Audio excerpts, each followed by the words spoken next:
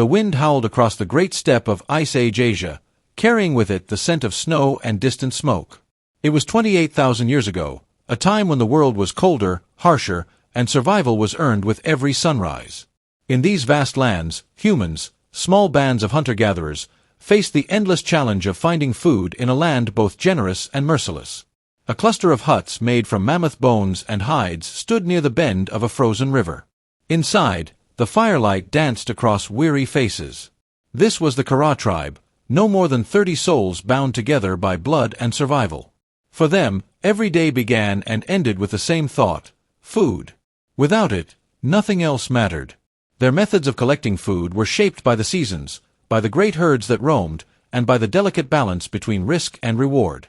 In this frozen world, food was everywhere and nowhere at once. The hunt begins. At dawn, the hunters prepared. They wrapped themselves in furs stitched with bone needles, smeared charcoal on their cheeks, and gripped weapons older than memory. Spears tipped with flint, bows strung with sinew, stone knives sharpened until they could cut through hide and muscle. Hunting was dangerous, but it was their lifeline. The men and some of the women moved silently through the snow, leaving tracks that would be swallowed by the wind.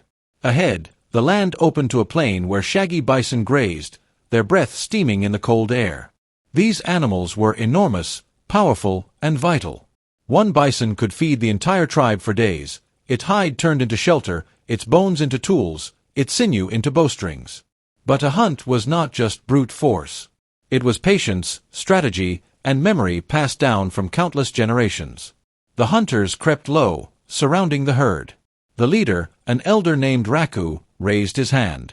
They waited for the right moment, the weak, the strayed, the distracted. Then, with a sudden cry that split the silence, they charged. Spears flew. The bison bellowed and thundered across the steppe, snow exploding beneath their hooves. Chaos reigned, but one spear struck deep into the side of a young bull. The hunters chased, relentless, until at last the beast collapsed. Victory meant life. The hunters knelt around the fallen animal, whispering words of respect, for they believed every creature had a spirit. To kill without honoring it would bring misfortune. The bison was cut apart quickly, before scavengers or frost claimed it. The meat would be smoked, dried, and carried back to camp. Nothing would go to waste. Women, children, and the quiet harvest. While hunters pursued beasts, others in the tribe searched for food closer to camp. Women and children walked along the riverbank, baskets woven from reeds slung across their backs.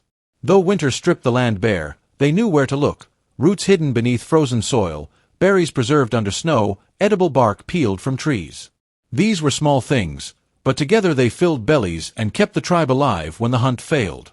Children watched closely, learning which plants could be eaten and which were poison. A mistake could kill.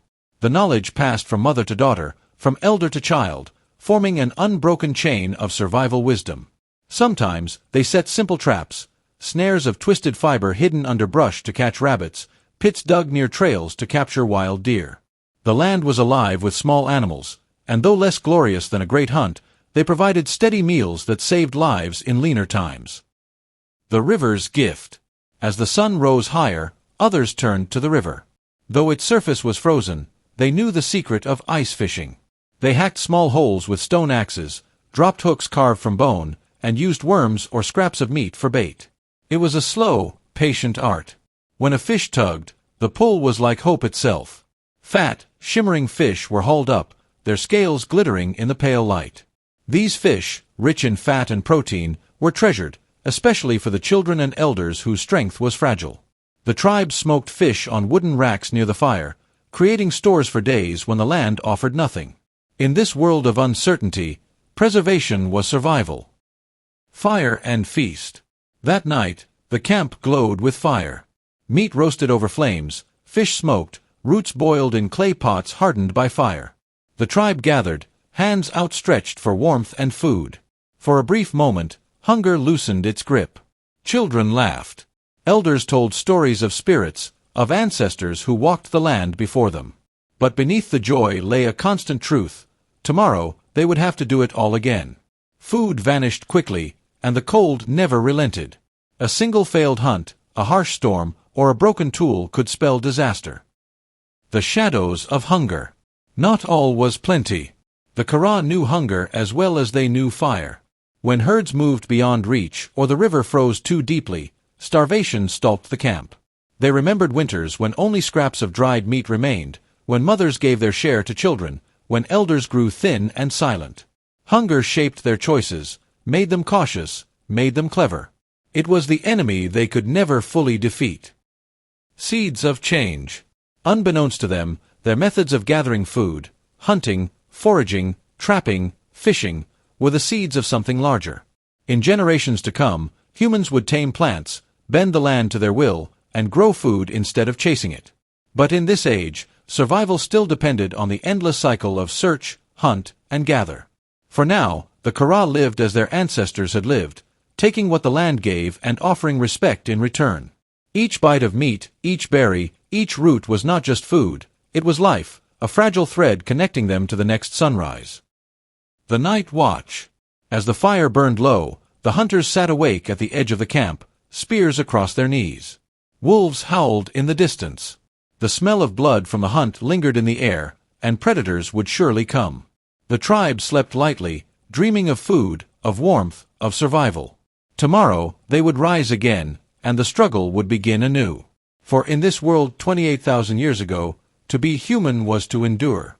The sun rose pale and weak, hidden behind a curtain of snow-filled clouds. For the Kura tribe, dawn was not a blessing but a reminder. Their supplies were dwindling. The bison hunt of days before had kept them alive, but the herd had moved on, leaving only tracks frozen into the earth. Hunger was already stirring again. Winter in Asia's ice age was no gentle visitor. It lingered for months, locking rivers under ice, stripping trees bare, and driving animals southward. The tribe had learned long ago that survival meant movement. They would follow the herds, follow the fish, follow the promise of food, even if it meant leaving the safety of their camp. The migration begins. Raku, the elder hunter, gathered the tribe around the fire. His voice was low, measured by the weight of years. The land here has given all it can. The spirits tell us to move. Beyond the ridge, the steppe opens. There, the herds will return. And so the Kura packed what little they owned, dried strips of meat, baskets of roots, bundles of hides, and stone tools bound in leather pouches. Children clung to their mothers' hands, wide-eyed as the familiar huts were left behind. Even the bones of the great mammoth shelter were abandoned, a sacrifice to necessity. They set out across the snow, a line of figures dwarfed by the endless horizon. Each step was heavy, but each step was survival. Rivals on the steppe. Days later, the tribe scouts spotted smoke curling in the distance. Another band of humans. The Oran people. Though they were alike in flesh and need, other tribes were both potential allies and deadly rivals. Food was scarce, and strangers could mean competition or violence. The Kura approached cautiously, hands on spears, their breath tight in their throats. At the river's edge, the two tribes met. The Oran were thin, desperate, their faces hollow with hunger. Their leader, a scarred man named Duro, raised a hand in peace. Words were exchanged in the slow, careful language of survival. We will share the river. You fish north, we fish south. Blood will help no one. It was an uneasy truce. For days, both tribes fished the same frozen waters, keeping wary eyes on one another. A single broken promise could spark a battle that would leave children starving. The Ice Age did not forgive weakness, and humans were as dangerous to each other as the wolves that prowled the night. The Great Starvation. But even the river betrayed them. The fish grew fewer with each catch, and the waters seemed emptier by the day. The Oran drifted south, seeking better luck. The Kura pressed onward, their bellies tightening, their steps slowing. Snowstorms howled across the land, blinding them, burying tracks, erasing the world in white. Children cried with hunger. Elders fell silent, too weak to speak. Some nights, the fire sputtered low, and the tribe huddled together, chewing on scraps of leather softened in boiling water just to trick their stomachs. They remembered years past when entire families vanished into the cold. Now, they feared they would join them. Desperate measures. In their hunger, the Kura turned to forgotten skills. Women dug through frozen earth for bulbs and roots, their fingers bleeding in the frost. Men laid snares for rabbits, using sinew cords hidden under brush. Children cracked open bones from old hunts, sucking out the marrow for fat and strength. One morning, a boy named Yarrow spotted movement along the ridge. Wild horses, lean but alive, pawed at the snow for hidden grass. The hunters readied their spears, but horses were swift, clever prey. The tribe built a funnel of branches and snow mounds, guiding the herd toward a cliff's edge. With shouts and thrown stones, they drove the animals into panic. The earth thundered. Hooves pounded. Then, with a sickening crash, 2 horses tumbled over the ridge, their bodies broken below.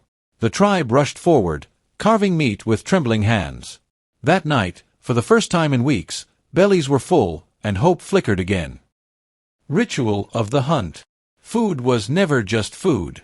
The Kura believed every kill demanded respect.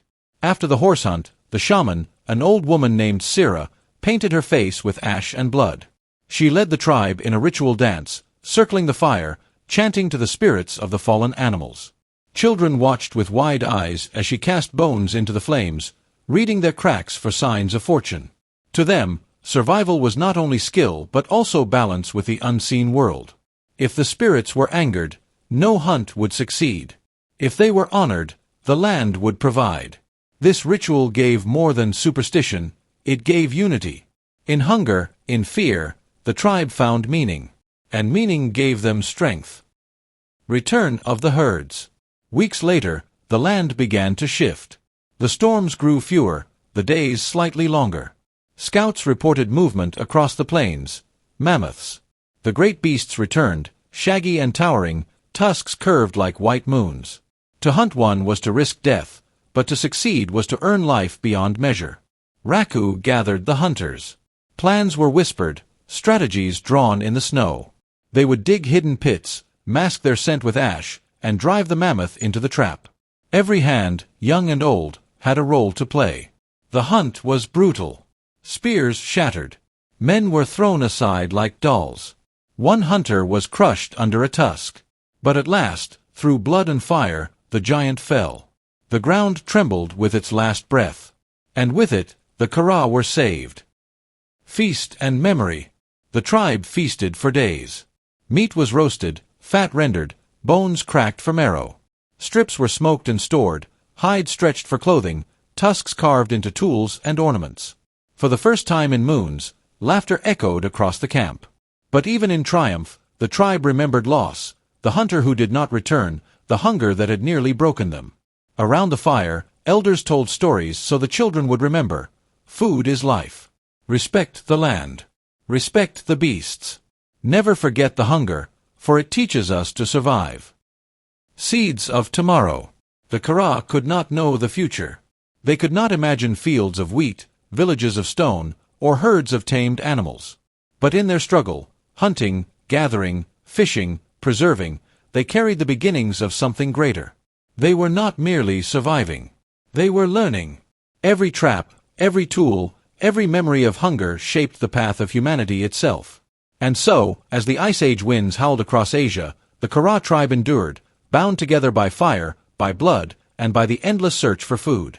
For in their struggle lay the story of all humankind, fragile, stubborn, and unyielding in the face of a world that demanded everything.